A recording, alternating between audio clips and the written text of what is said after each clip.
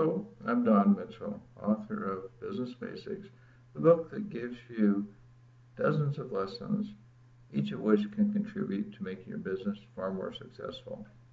In this brief lesson, I'll be talking about ways you can use social proof to make a superior offering available and credible to people who need the benefits that you can provide.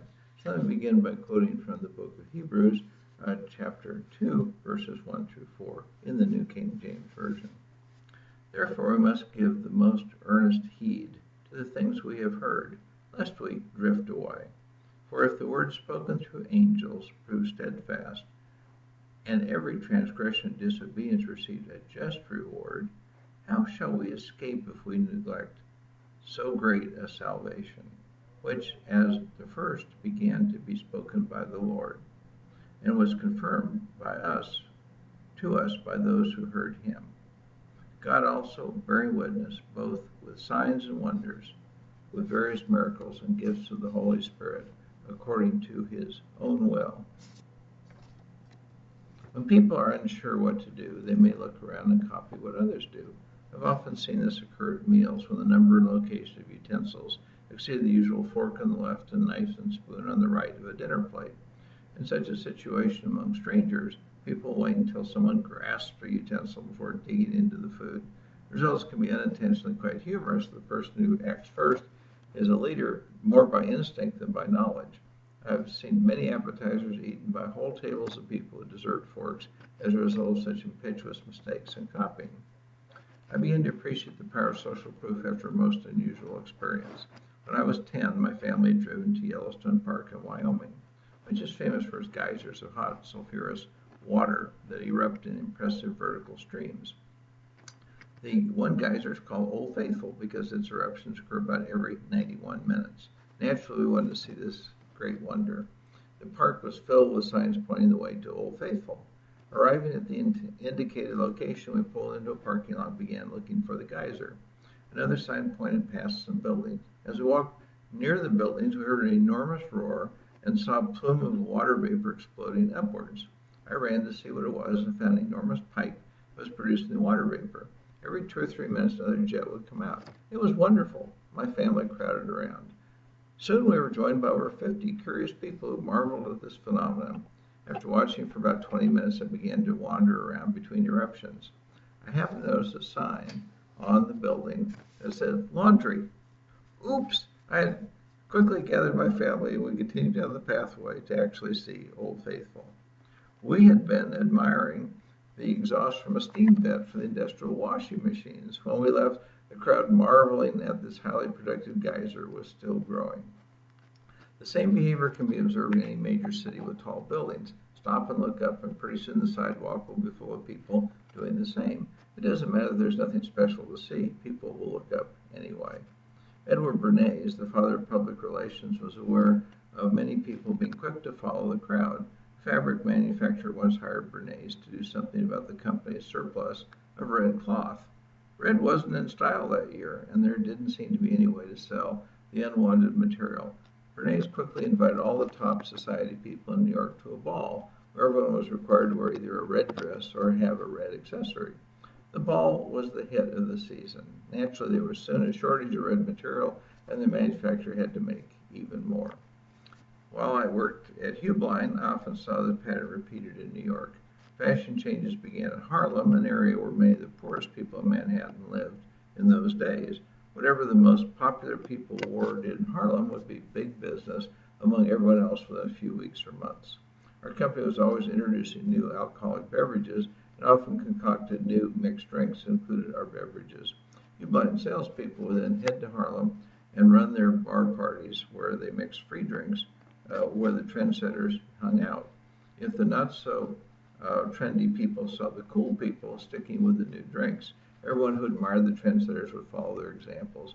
The next few weeks or months, those drinks would be in demand in such bars, and often and others frequented by the trendy people there. Sure enough, the high-fashion down midtown Manhattan lounges would soon be overwhelmed by orders for the same beverage and mixed drinks. From there, the rest of the nation would follow within a few months. Rapidly expanding markets get a big boost at some point from social proof.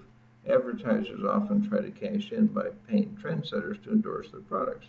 Nike built the athletic shoe industry to its current size largely through its endorsements from high-profile athletes such as Michael Jordan, David Beckham, and Tiger Woods. Such endorsements allow purchasers to imagine the product will help transform their performance into that of the great stars. Who wouldn't want to glide through the air as Michael Jordan did in his prime? If you can use social proof without having to pay top dollar for it, your improved results will cost a lot less. Book authors accomplish this all the time by soliciting free quotes to put on book jackets. If you want to learn more about social proof and how purchasing can be ethically encouraged by it, I suggest you read Influence by Robert B. Cialdini. What benefits come from employing social proof to stimulate demand for industry offerings? First, you'll be noticed sooner, more often, and more positively by potential customers who want either a more interesting or a safer choice. Two, if they need or can use what you offer, they will probably decide they want to try your offering. Three, if you fulfill the promise of your offer in an acceptable way, they'll probably keep buying and tell others to work with you. Four, if enough demand is stimulated, you will also grow revenues faster than costs and assets, driving up your profit and cash flow as a percentage of revenues. Five, if you grasp a unique form of social proof, for example, with an offering that is more fun to use because of social connections, such as items branded with sports team logos, you will have reduced the impact of competitors against you by making their offerings seem inferior.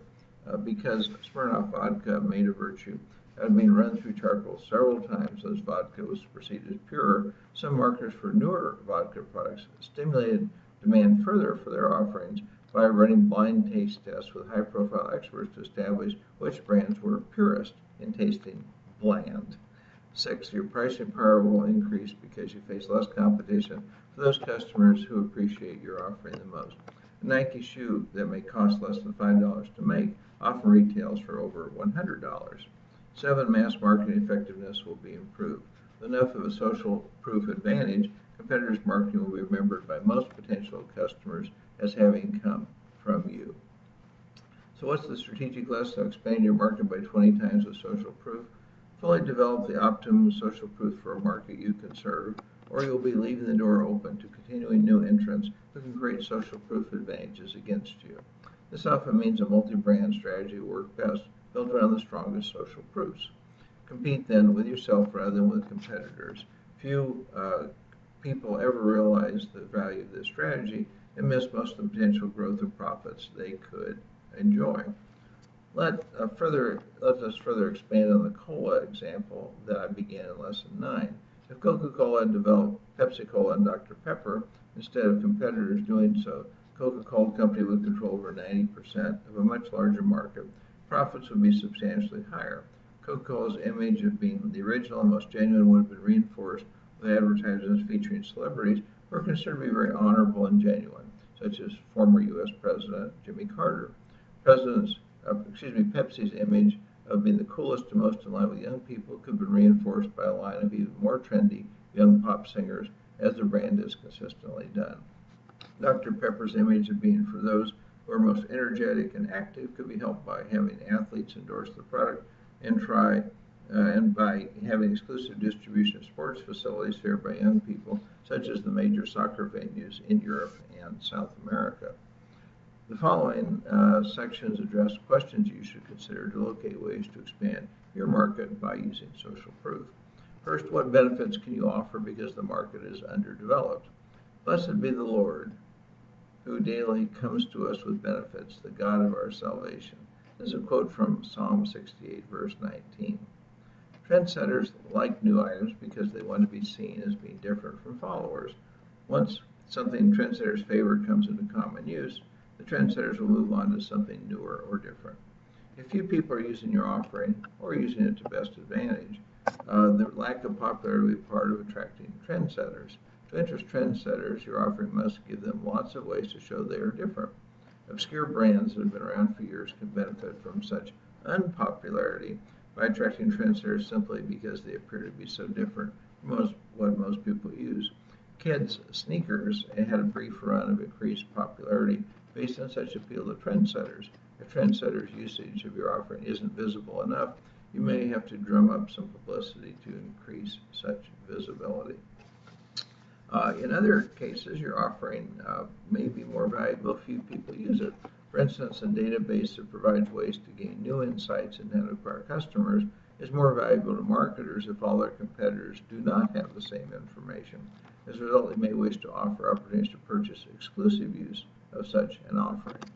If there are relatively few people employing the industry's offerings, you can also reshape your offering to meet a different standard, one that trend-setting potential customers prefer. This happens all the time with technical products. After a new professional service is created, the first customers and clients often gain access to the offering's developers. The industry is well developed, such innovators just help attract interest, while other professionals supply needed services.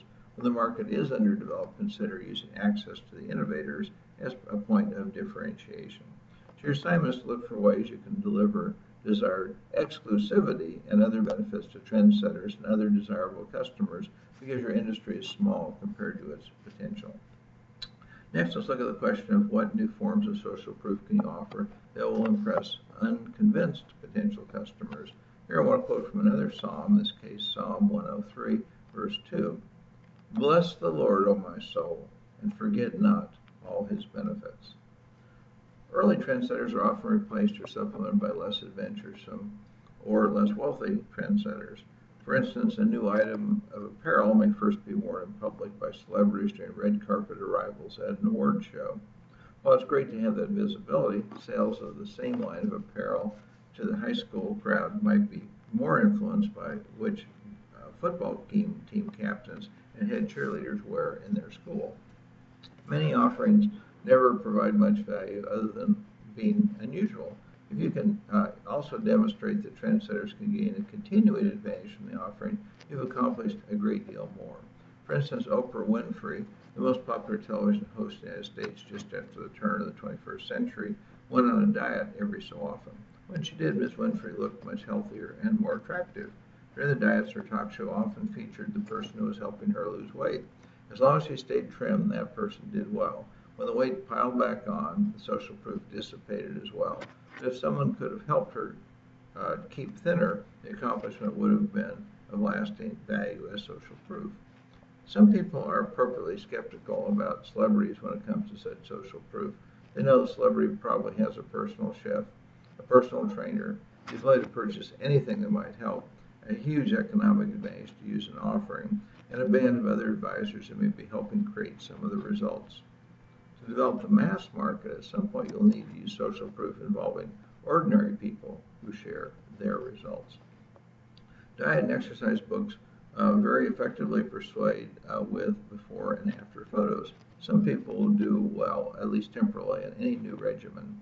That doesn't mean the regimen will work well for you. But if you see a person who looks like you do now, who has lost weight or gotten into shape, you'll start to think it could happen for you. Based on such slim evidence, a purchase may follow. At some point, there's an avalanche effect. So many people have demonstrated effectiveness that potential buyers just assume the offering is valuable. The alternative is to believe that almost all of those people are stupid or ignorant, either of which, of course, could be true.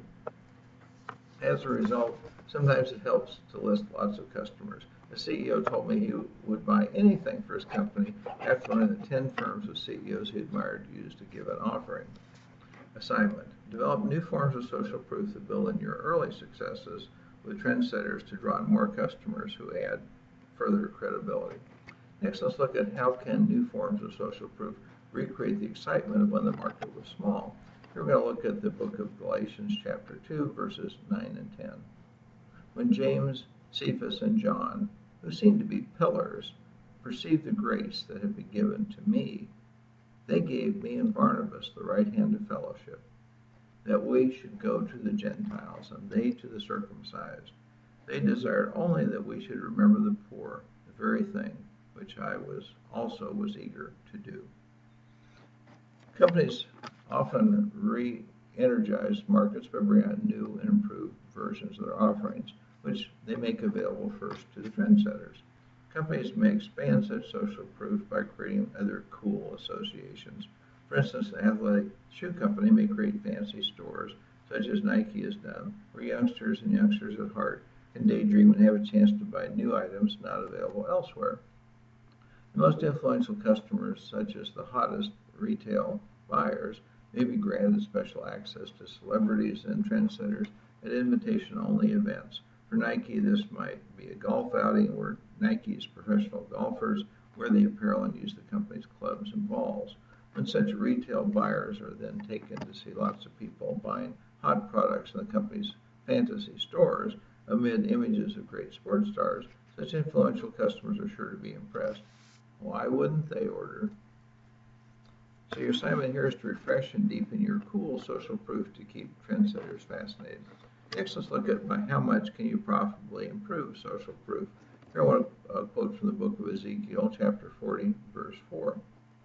And the man said to me, Son of man, look with your eyes and hear with your ears, and fix your mind on everything I show you. For you were brought here so that I might show them to you. Declare to the house of Israel everything you see. Again, there are two sides to this question. First, the amount of increased purchasing that occurs, and second, the amount of cost reductions for adding more social proof. A number of tools can help add social proof. Publicity in the right context can make an offering seem much more relevant to those in the know. Charities often provide good ways to make such connections. Many celebrities need to improve their images before they can be seen as more than just greedy people with bad habits. Otherwise, many fans will turn to someone with a more wholesome image. Putting time and attention towards helping charity is a favorite way for celebrities to spruce up their images. Celebrity support for charities often involves fundraising activities.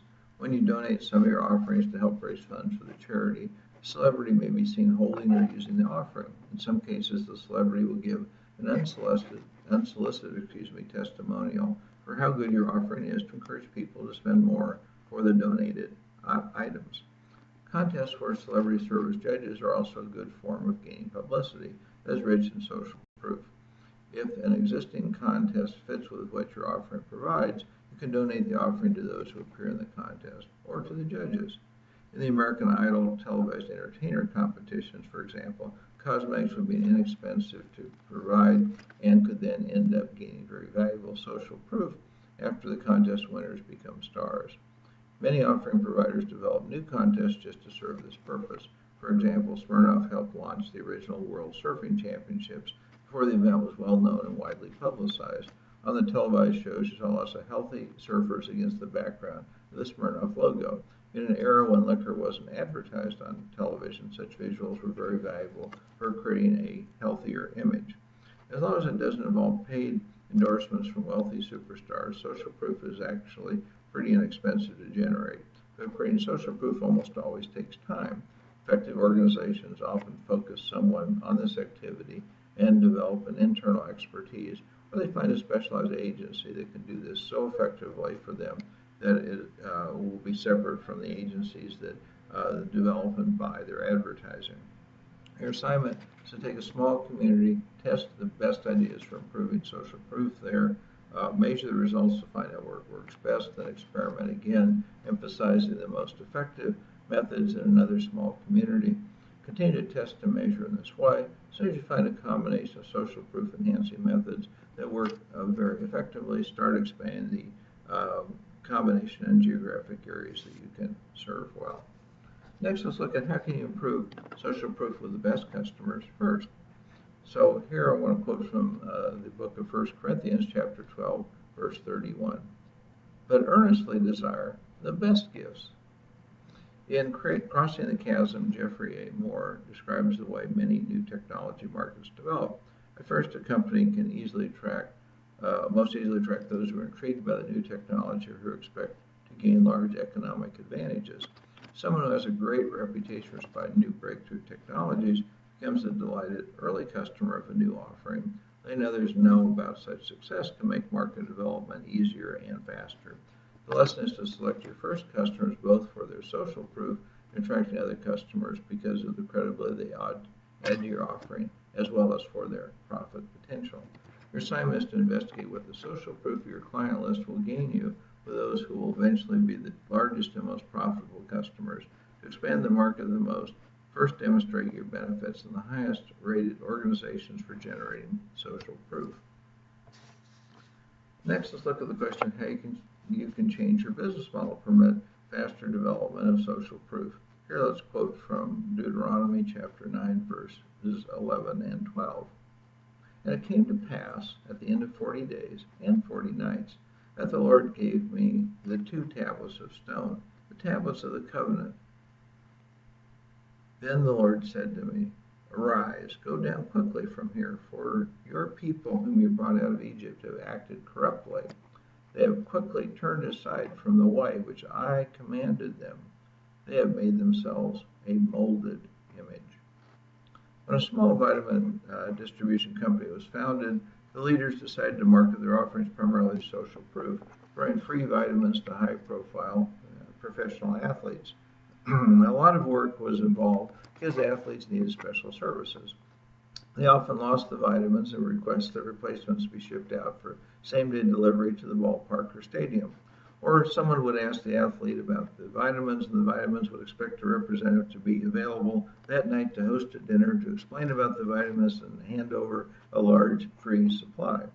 The organization adapted its business model to meet such demands, and distributors soon attracted the bulk of the most admired local professional athletes as endorsers at no cost other than providing free goods and great service. The athletes appreciated the care and service and realized that this small company couldn't afford to spend millions for their endorsements.